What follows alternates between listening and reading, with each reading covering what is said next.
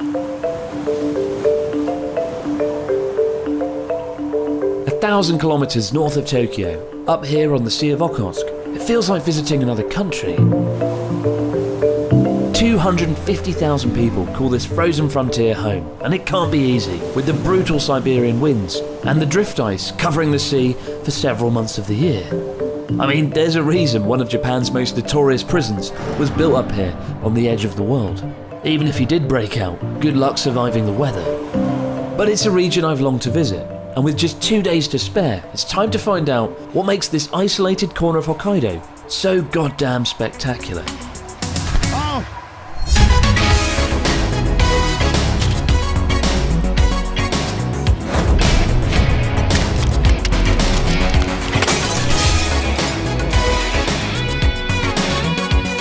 Good morning, guys, and welcome back to Journey Across Japan Frozen Frontiers. This morning, we're in the remote, isolated, frozen port town of Abashiri. So Hokkaido is one of the few prefectures that borders all the seas. All the seas. We've got the Pacific Ocean, the Sea of Japan, and the Sea of Okhotsk, which is in the north, bordering between Japan and Russia. And these little shiny tickets are to take us on the Aurora boat that goes out to see drift ice in the Sea of Okhotsk, which I've always wanted to do. Yay! Good morning! Hey, Good morning. Thank you. Look up here. Do you like boats? Do you like ice? Oh, good looking. I like boats and ice. I've seen. I like boats. So the boat is called Aurora because you can actually see the Aurora Borealis on a good day once every 10 years. Sweet. Yeah. I'm excited to not see it. Is today that day? You bet it's not. You bet it's not. Well, sadly, it's the last leg of our epic journey through northeast Hokkaido, and we're ending things on a nice, happy note. Coming up, we go to Japan's most notorious prison, where we'll hear the remarkable story of the one man that was able to escape, a tale that rivals even Shawshank Redemption for its ingenuity. We're forced to catch our lunch on a stunning frozen lake, admittedly with some mixed success. And we stay in a picturesque wooden cabin, complete with a bizarre room that looks like something out of a David Lynch movie. But first, it's time to sail off into the frozen seas of Okhotsk and smash up some icebergs as we take up our seats inside the Aurora's somewhat retro cabin. I don't think there's enough free seats. You're gonna have to sit on the grass over there. No. I did not expect this place to be fully furnished with all the amenities necessary for a good experience. Kind of confused though. I'm not sure why my ticket is at the very back of the boat when everyone else is up here, but I guess... The Titanic, where the ones on the lower class ground first. Yeah, I'll see you guys in about 2 hours. Important to point out, it's like 8 o'clock in the morning, and we had to get up at 6:30 to get here. And the man at the desk was like, "Oh, drift ice? No drift ice." And I was like, "Oh, really glad we got up really early on the last day." Well, it's the last day of the trip. How does everybody feel? Are you sad?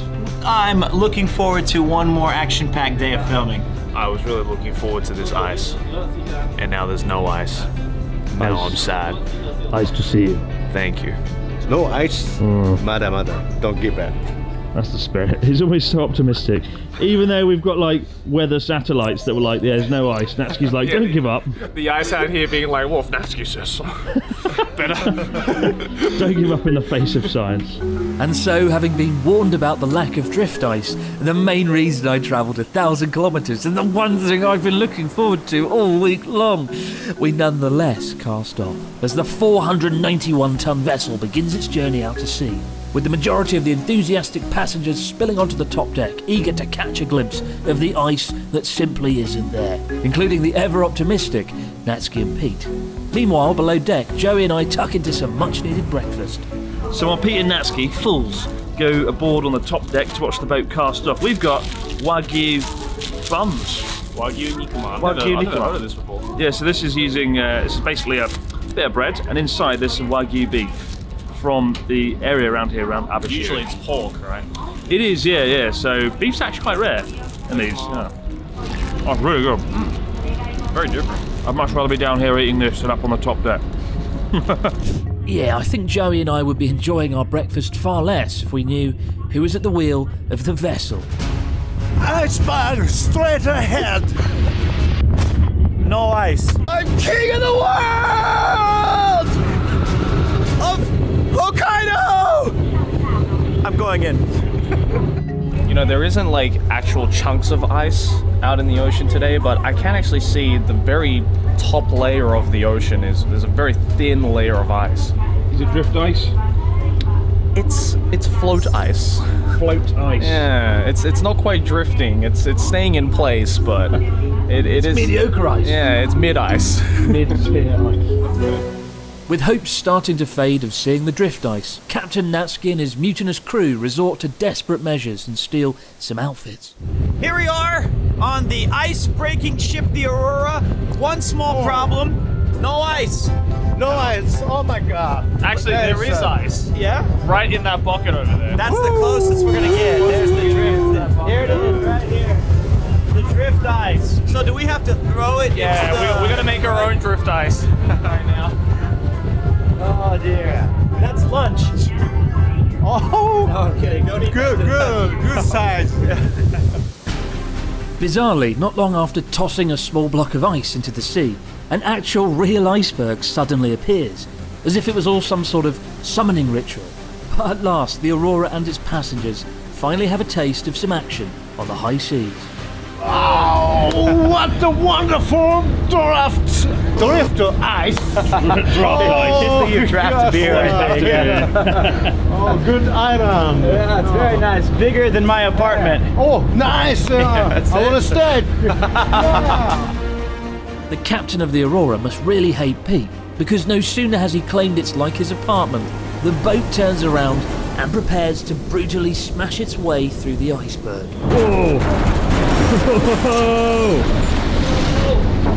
Holy shit. Whoa! Blocker! Oh my god, he destroyed that. Whoa, look at that! Jesus Christ. You didn't have to do that to my boy. He murdered him. What did he ever do to you? Hey, Peter's room broken. Your house? Oh, little size, small size. No sooner had Natsuki joked about the iceberg being like Pete's house, the captain turned the boat around and went right and just drove straight through it and smashed it in half. Yeah, yeah, I know my house is cut in half. The rent is cut in half. This is a real commentary on the housing situation in Japan, let me tell you. And so, having sailed back to port through the shattered remnants of Pete's iceberg, we head to Japan's most notorious prison. Welcome, ice prison. Let me out! Let me out! All you gotta do is wait to spring, and the whole prison will fucking melt. Oh, that's true. God, that was fun. We sailed out into the sea for 1 hour, smashed one piece of ice, and then came back. $200 well spent. But we're here now at Japan's most infamous prison. This is where the government would send really naughty people to the most far... Do you mean criminals? Criminals, as some people might call them. To a place where it was just ridiculous to escape. And even if you did escape here, we are in the middle of nowhere, the most northern point of Hokkaido, almost. It's not somewhere you really want to escape from at all anyway. Yeah, I feel this is like affectionately known as like the Alcatraz of Japan, just because of how difficult it was to escape and also just how brutal they were to the prisoners. Like, it was, some of the stories you hear about this prison is horrible. And we're going to hear the story in a minute from Joey of the guy that did get out of here. Yes, the only guy who ever escaped from this prison. And the ridiculous way he did it. But first things first, let's go and take a look. Once home to 2,000 prisoners, Abashiri Prison was built in 1890 during the Meiji era, initially constructed to house both criminals and political prisoners who laboured under brutal conditions.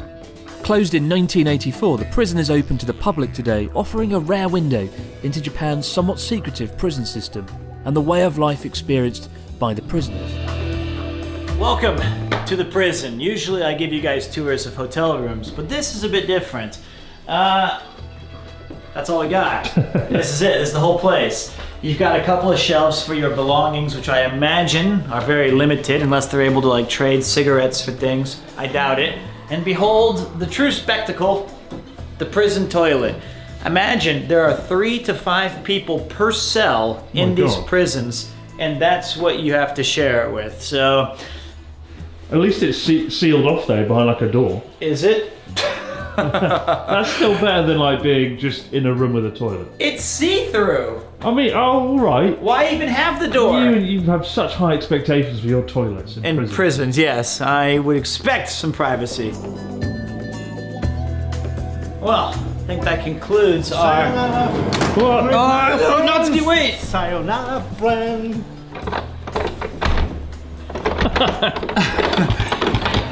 Gotcha. You've locked me in here with him? Long time. Stay. I wonder who has it worse, you or me? Guess it... Free from our incarceration, it's time to meet some of the inmates. What's this? Your friend? Hello, good morning. Why didn't you tell me? Wow. Solitary confinement. That's brutal. I really wish I knew the strict regiment that they had to follow, because I know in Japanese prisons now there's no talking, there's very little socializing, and I've heard that you have to like just face a direction for most of the day. This looks to be, just by this picture, quite similar. Picture, Man, Sportsman. he could be. Judo style. I don't think so. I'm bad boy. I'm prisoner. What's your crime? Real devil. I'm killed. Oh, God. Yeah. This is a family-friendly channel, Natsuki. Despite being a high-security prison, one man was able to escape Abashiri's walls. A man who made a complete mockery of Japan's prison system in general, having escaped no less than 4 separate prisons. Nicknamed the Showa Escape King, Yoshie Shiratori is something of a legendary anti-hero, and his method of escaping Abashiri is nothing short of absolute genius. So, how did Yoshie actually get out of the cell, Joey? The big question. Yeah, so I read up on it, and the story's actually insane. First of all, he was imprisoned in here for 15 months.